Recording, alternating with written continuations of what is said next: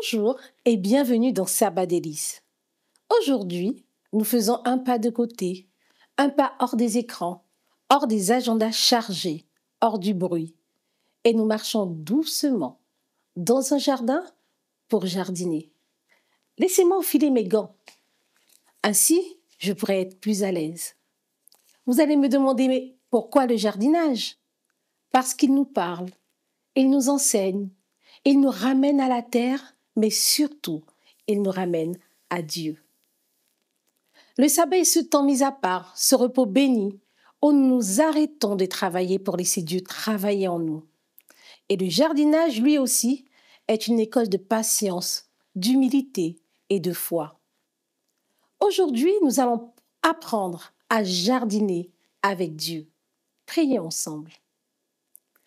Seigneur, toi le grand jardinier, le créateur de cette belle terre, merci d'être avec nous ce soir et merci de nous conduire.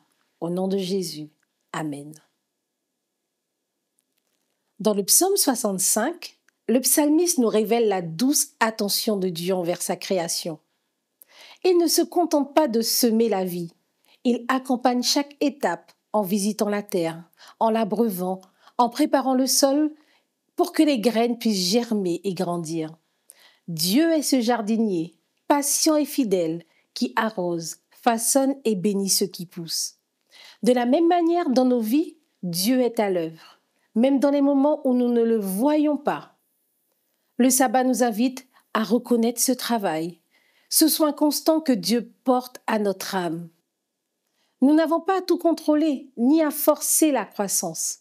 Nous sommes appelés à faire confiance, à poser nos outils et à laisser Dieu agir.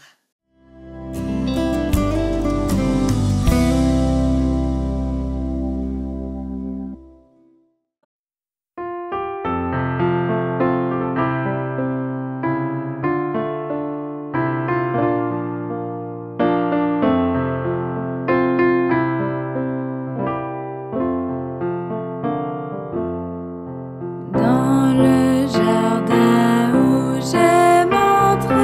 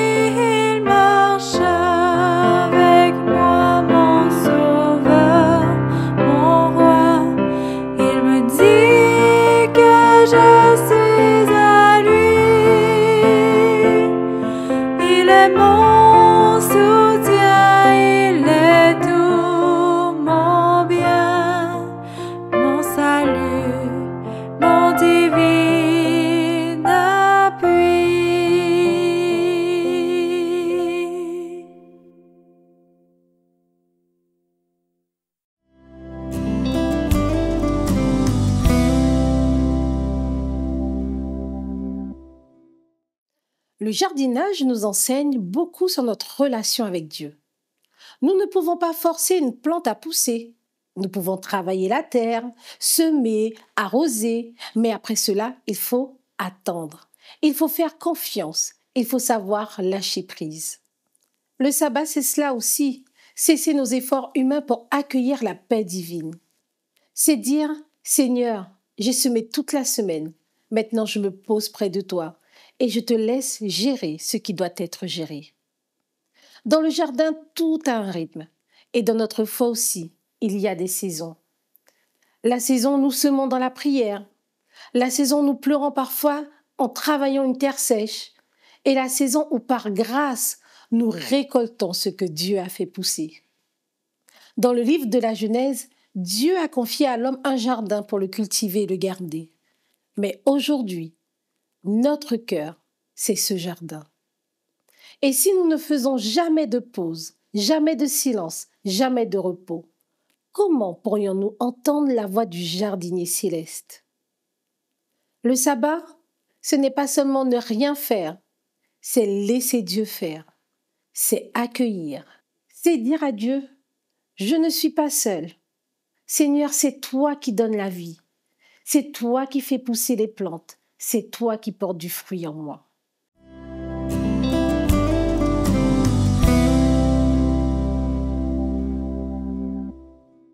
Psaume 65, extrait. Avec confiance, ô Dieu, on te louera dans Sion, et l'on accomplira les vœux qu'on t'a faits.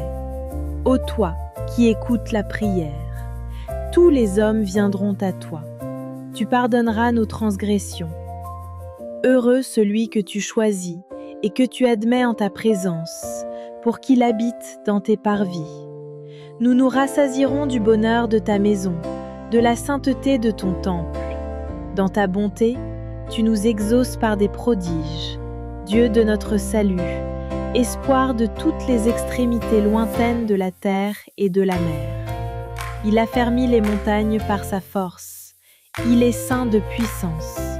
Il apaise le mugissement des mers, le mugissement de leurs flots et le tumulte des peuples.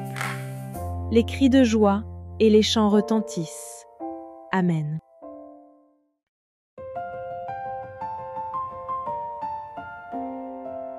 Avec confiance, ô Dieu, on te louera. Avec confiance, ô Dieu, on te louera. Les cris de joie et les chants retentissent. Amen, Amen, Amen.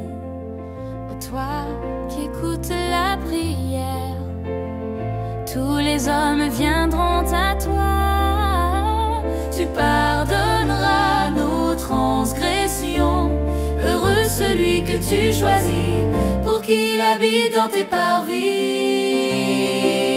Avec confiance, oh Dieu, on te louera. Avec confiance, oh Dieu, on te louera. Les cris de joie et les chants retentissent. Amen, Amen. Nous nous rassasierons du bonheur de ta maison. Dans ta bonté, tu nous exauces par des prodiges. Dieu de notre salut, il a fermi les montagnes par sa force. Il est saint de puissance. Avec confiance, oh Dieu, on te louera. Avec confiance, oh Dieu, on te louera. Les cris de joie et les chants retentissent.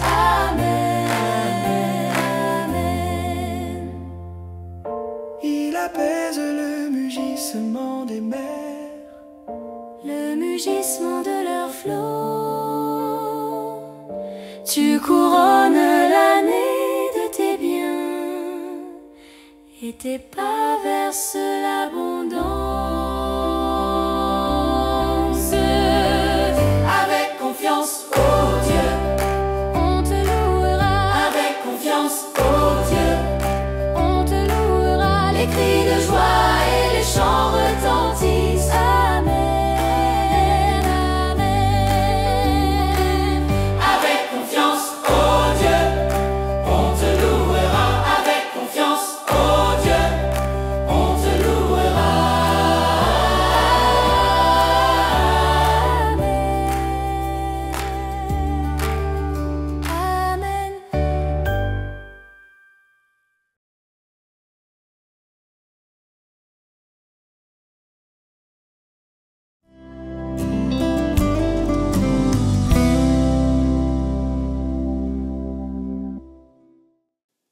Ce sabbat, nous pouvons décider de poser les outils, de ne plus arracher, presser, forcer ou courir, et simplement nous tenir dans la présence de Dieu. Comme une terre qui se laisse arroser, comme un petit jardin qui s'ouvre à la lumière. Que le sabbat soit pour chacun de nous une terre de repos, un temps de confiance et une invitation à laisser Dieu jardiner nos cœurs.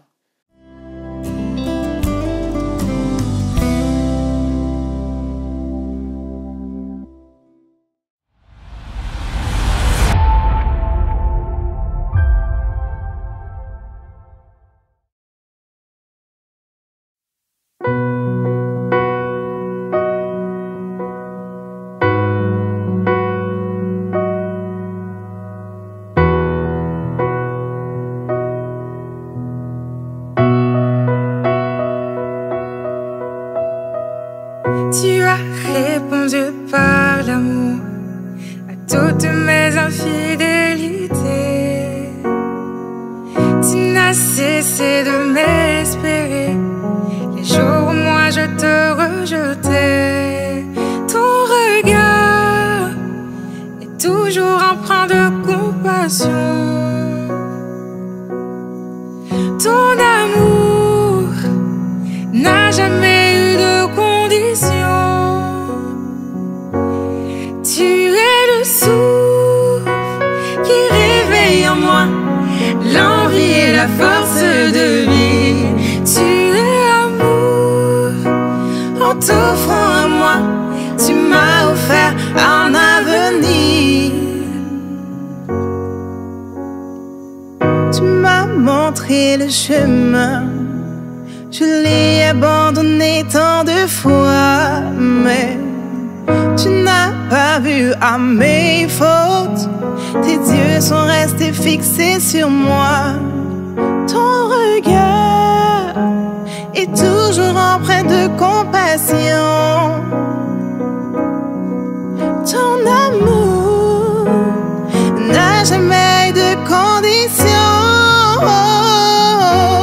Tu es le souffle qui réveille en moi l'envie et la force de vie. Tu es amour, en t'offrant à moi, tu m'as offert un avenir. Oh, oh, oh, oh, oh. Je ne suis rien sans ton amour. Ton amour est sans pareil. Je veux t'aimer en retour et à jamais. Ton amour est éternel. Je veux t'aimer en retour et à jamais. Oh, tu es le souffle qui réveille en moi l'envie et la force de vie. Tu es amour, en t'offrant à moi, tu m'as offert un avenir. Tu es le souffle qui réveille en moi l'envie et la force de vie. Tu es amour, en t'offrant à moi, tu m'as offert un avenir. Je fuirai le monde, désormais je n'aurai plus d'autre Dieu. Car le creux de tes mains est l'endroit où je me sens le mieux.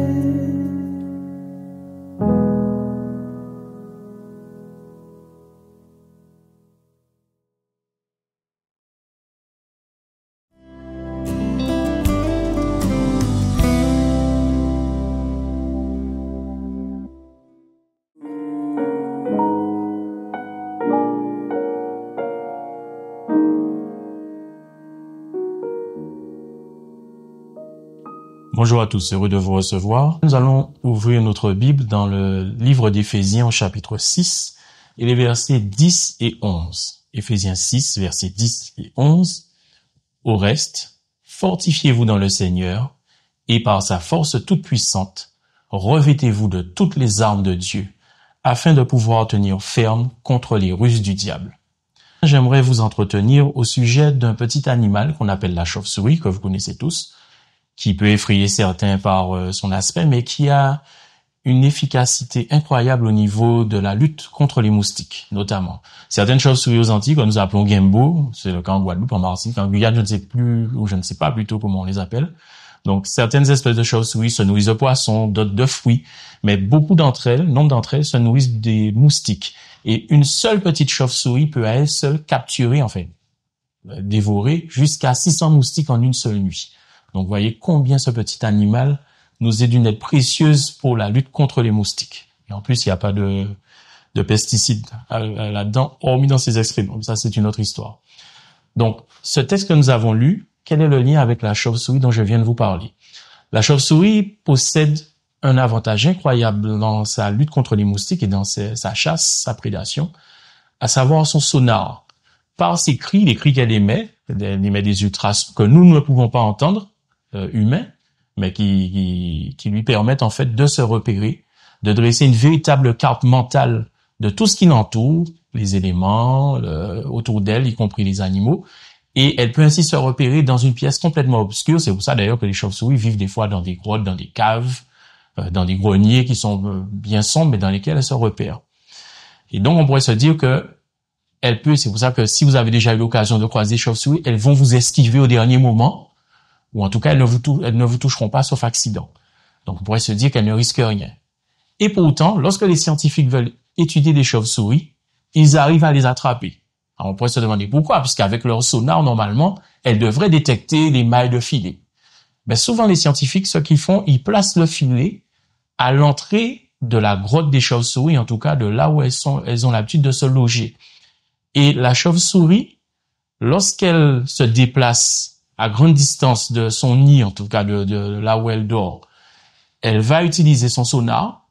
Et ensuite, elle va faire comme beaucoup d'êtres humains lorsqu'ils sont au volant, c'est-à-dire, vous savez qu'en conduite, beaucoup d'accidents ont lieu dans les derniers kilomètres, puisqu'on sait qu'on est près de la maison, on relâche son attention, on se dit on est presque arrivé, enfin on est détendu, on risque plus rien, et c'est une grave erreur souvent. C'est là que nombre d'accidents ont lieu. Mais la chauve-souris commet la même erreur. Lorsqu'elle arrive à proximité donc de sa grotte ou de son antre, elle cesse parfois de pousser des cris, et elle utilise une deuxième qualité qui est très grande chez elle, c'est la mémoire. Et elle se dit qu'avec sa mémoire, je vous parle de carte mentale tout à l'heure, avec sa mémoire, elle sait qu'il y a tel ou tel objet et elle saura se repérer. Et c'est là que les scientifiques peuvent la piéger, parce qu'en fait, comme elle utilise sa mémoire et qu'elle ne pousse pas son cri, à ce moment-là, elle devient vulnérable et elle peut être capturée plus facilement. Le texte que nous avons lu dans Éphésiens à l'instant, Éphésiens chapitre 6, Paul, inspiré par le Saint-Esprit, nous exhorte à nous servir de toutes les armes que Dieu met à notre disposition. Et je vous invite à regarder ces différentes armes. Nous avons lu le verset 10 et 11. Au verset 13, Paul insiste en disant « C'est pourquoi prenez toutes les armes de Dieu afin de pouvoir résister dans le mauvais jour et tenir ferme après avoir tout surmonté. » Dans les versets suivants, Paul va décrire quelles sont ces différentes armes. On peut en citer quelques-unes.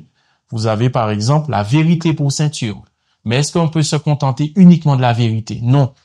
Paul continue en parlant de la cuirasse de la justice, des chaussures aux pieds que sont le zèle que donne l'évangile de paix.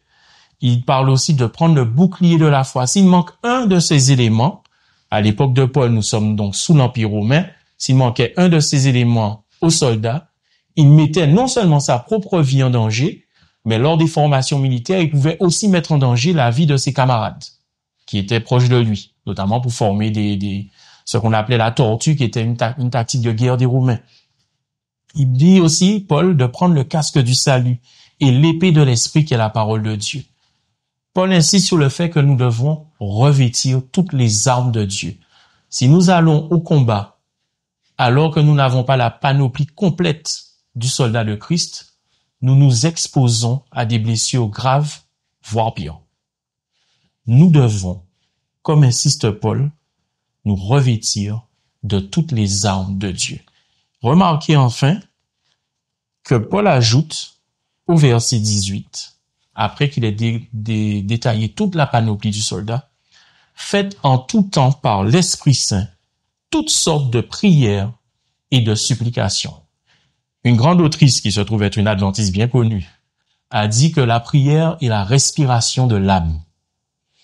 Si nous ne prions pas, ça veut dire que c'est comparable à quelqu'un qui serait en apnée, qui ne respirerait pas.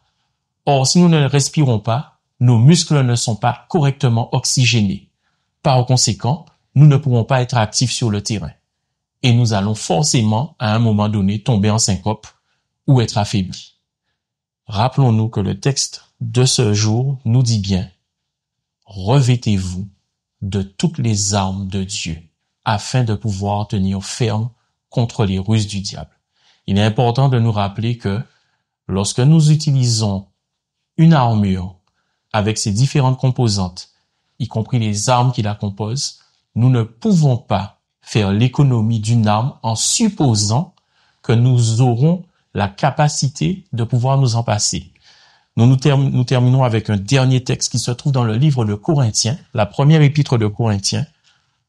1 Corinthiens chapitre 10, le verset 12, je lis « Ainsi donc, que celui qui croit être debout prenne garde de tomber. » Vous remarquez que le texte ne dit pas que celui qui est debout, mais que celui qui croit être debout prenne garde de tomber.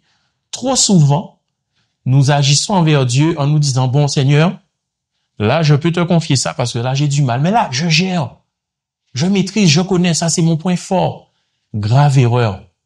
Tout à l'heure nous avons lu dans le texte d'Éphésiens, Paul nous disait bien « Fortifiez-vous dans le Seigneur. » Fortifiez-vous dans le Seigneur. Non pas confiez-vous dans vos propres forces. Fortifiez-vous dans le Seigneur et par sa force toute puissante. Je vous invite donc à vous revêtir chaque jour, à chaque instant, de toutes les armes de Dieu afin de pouvoir tenir ferme contre les ruses du diable. Que Dieu vous soit en aide, que Dieu vous fortifie et que Dieu soit le seul qui vous donne la force toute puissante d'avancer par sa grâce et son esprit. Au nom de Jésus-Christ. Amen.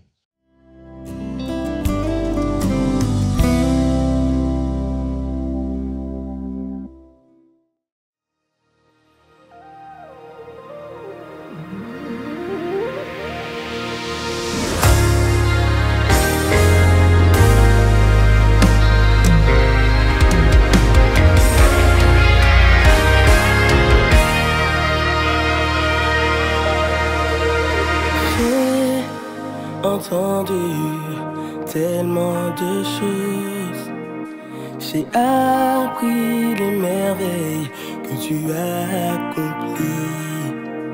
Mais je prie Seigneur car j'ai retenu qu'il fallait seulement l'amour pour me libérer.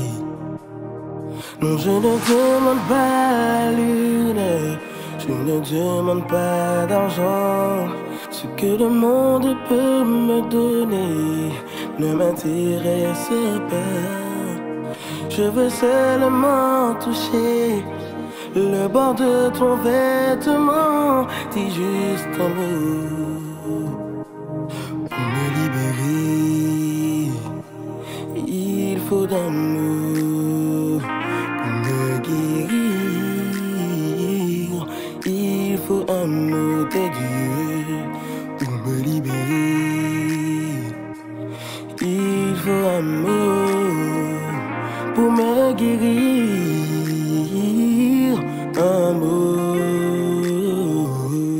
un mot.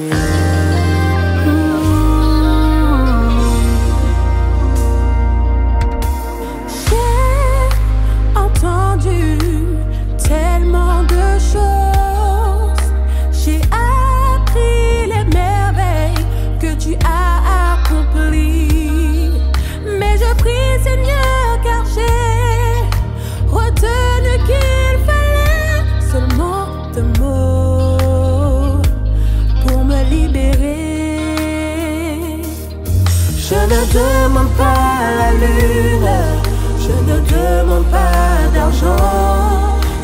le monde peut me donner ne m'intéresse pas. Je veux seulement toucher le bord de ton vêtement. Dis juste un mot pour me libérer. Quand tu dis, la chose arrive. Quand tu ordonnes, elle existe. Car tu es Dieu et je reconnais qu'il faut un mot pour me libérer. Tu dis, la chose arrive. Quand tu ordonnes, elle existe. Car tu es Dieu et je reconnais pour me libérer.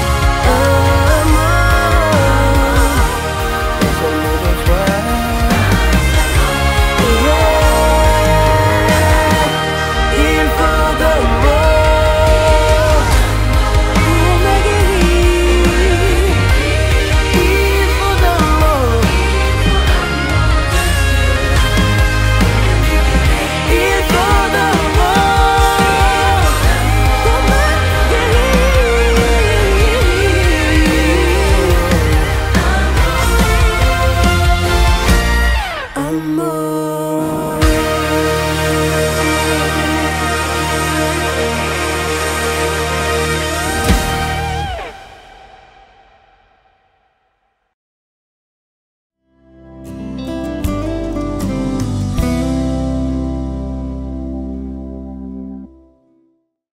Sabbat Délices range ses outils, enlève ses gants et vous souhaite à tous de laisser la place au plus grand jardinier pour qu'il puisse arroser votre cœur durant ce temps de repos. Bon sabbat à vous.